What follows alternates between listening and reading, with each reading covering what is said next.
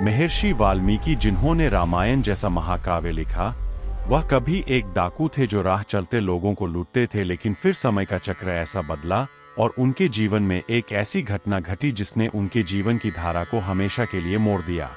महर्षि वाल्मीकि भारत के दर्शन और इतिहास में एक बहुत ही चर्चित नाम है, जिन्होंने रामायण जैसा महाकाव्य लिखा, जिन्होंने सीता मां को वनवास के समय शरण दी और राम के 2 पुत्रों लवकुश को शिक्षा दी। उनका एक ऋषि रूप में चरित्र सुनकर शायद ही किसी को इस बात का यकीन हो सकता है कि ऐसा इंसान कभी एक लुटेरा और डाकू रहा होगा।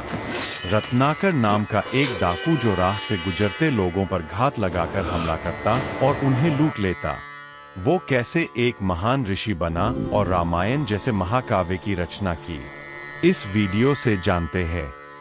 एक डाकू के ऋषि बनने का रहस्य। पौराणिक कथा के अनुसार महर्षि वाल्मीकि जी का मूल नाम रत्नाकर था। उनके पिता ब्रह्मा जी के मानस पुत्र प्रचेता थे। कहते हैं कि बचपन में एक भीलनी ने रत्नाकर जी का अपहरण कर लिया, जिसके बाद इनका लालन पालन भील परिवार में ही हुआ।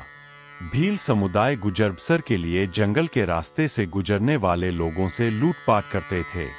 रत्नाकर भी भील परिवार के साथ डकैती और लूटपाट का काम करने लगे। एक समय की बात है कि रत्नाकर डाकू लोगों पर हमला करके जबरन उनसे उनकी संपत्ति छीनने का काम करता था। ऐसा करते काफी समय हो गया। इसी बीच उस लुटेरे के जीवन में नारद मुनि से मिलन की जीवन बदलने वाली घटना आई। अचानक नारद मुनि के सामने आकर रत्नाकर ने उन्हें डराने की कोशिश की, लेकिन नारद बिल्कुल भी विचलित नहीं हुए। नारद के इस स्वभाव को देखकर रत्नाकर को थोड़ी हैरानी हुई और उसने देखा कि नारद के पास वीणा के अलावा छीनने के लिए कोई खास संपत्ति भी नहीं है। इसके बाद भी रत्नाकर ने नारद से कहा कि जान बचानी है तो जो भी कीमती उनके पास सब उसे दे दें। नारद ने कहा कि उनके पास एक बहुत अनमोल चीज है, लेकिन रत्नाकर क्या तुम उसे ले पाओगे? रत्नाकर फिर थोड़ा हैरान हुआ। फिर नारद ने एक प्रश्न किया कि रत्नाकर लूट का जो काम करता है वह किसके लिए कर रहा है?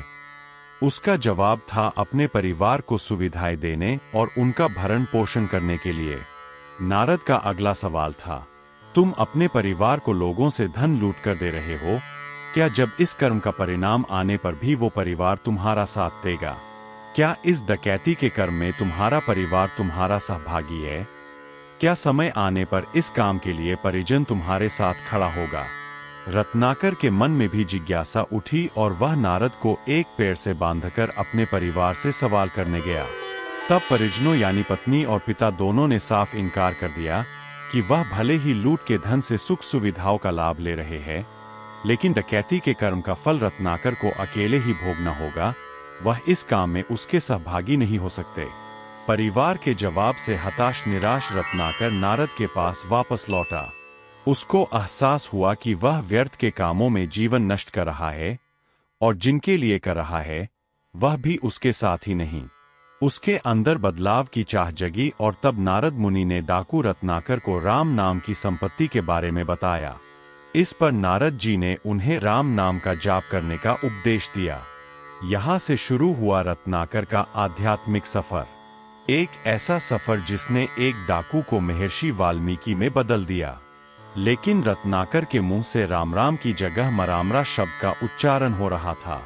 काफी कोशिश के बाद भी रत्नाकर के मुंह से राम राम नहीं निकला तो नारद मुनि ने उनसे कहा, तुम मरामरा ही बोलो, इसी से तुम्हें राम मिल जाएंगे। इसी शब्द का जाप करते हुए रत्नाकर तपस्या में लीन हो गए। तपस्या के दौरान रत्नाकर के शरीर पर दीमकों ने बांबी बना ली, लेकिन तपस्या में लीन होने के कारण रत्नाकर को इसका पता नहीं चला। उनकी इस तपस्या से प्रसन्न होकर ब्रह्मा जी ने उन्हें दर्शन दिए और उनके शरीर पर बनी बांबी को देख रत्नाकर को वाल्मीकि का नाम दिया और रामायण की रचना करने की प्रेरणा दी। तभी से वे वाल्मीकि के नाम से प्रसिद्ध हो गए। वाल्मीकि ने रामायण क्यों लिखी? पौराणिक कथा के अनुसार महर्षि वाल्मीकि एक बार प्रेम में लीन क्रौंच पक्षी के जोड़े को देख रहे थे।